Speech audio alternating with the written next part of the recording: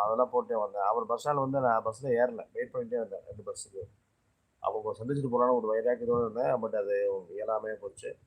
பரவாயில்ல சந்திப்போம். ஆ அதாவது நமக்கு எது குடுத்து வைக்குமோ, அதான் குடுத்து வைக்கும். சந்தர்ப்பம் அப்படின்னு தெரியல. இன்னைக்கு ஒரு வீடியோ பார்த்தேன் சார். ஒரு சைனாக்காரன் போட்டிருந்தான். அதில வந்து ரோட்ல வந்து ஒரு பறவை பறந்து உட்கார்ந்துருக்குது முடியாம. இந்த ஆள் போயிட்டு சுன்னு விரட்டுறான். ஏன்னா கார் கீர் வந்து அடிச்சா பீஸ் பீஸ் ஆயிரும் சொல்லிட்டு. அதாவது அதுக்கு என்ன அர்த்தம் போட்டிருக்காங்க அப்படின்னா, ஆ விதி மரணம் நம்மளை நெருங்கி விட்டால் எதையும் வெல்ல முடியாதுன்னு சொல்லிட்டு. அப்ப அந்த பறவை பறந்து போகுது சார். பறந்து போயிட்டு ரோட்டு வழியா போம்போது ஒரு பெரிய ட்ரக்கு, ஒயிட் ட்ரக்கு, பெரிய லாரி. அது மேல மோதி விழுந்து செத்து போகுது. அதான் வாழ்க்கை. அதாவது உயிரினங்களோட வாழ்க்கையும் வந்து அவ்வளோதான். எல்லா வாழ்க்கையுமே அப்படிதான். ஒரு டைமிங் வந்துருச்சு அப்படின்னா அவ்வளோதான். அத நம்ம தமிழ்ல சொல்லுவாங்க சார். "விதிய வென்றலாம், மதிய வெல்ல முடியாது." அப்படித்தான் சொல்லுவாங்க.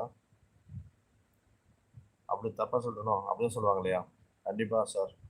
அந்த வாய்ப்பு நான் மிஸ் பண்ணிட்டேன். பரவால்ல. கண்டிப்பா வருவேன் சார். எனக்கு ரொம்ப மனசு வேதனையா இருந்தது சார். அந்த பறவைய வந்து தொரத்தி விடுறாரு ஒருத்தர் வயசானவரு. அது பறந்து போகுது. ஆப்போசிட்ல ரோட்ல வந்து வண்டி வரும்போது, அந்த மேல பறந்து போகும்போது தட்டிட்டான். அத பாருங்களேன்! உயிர்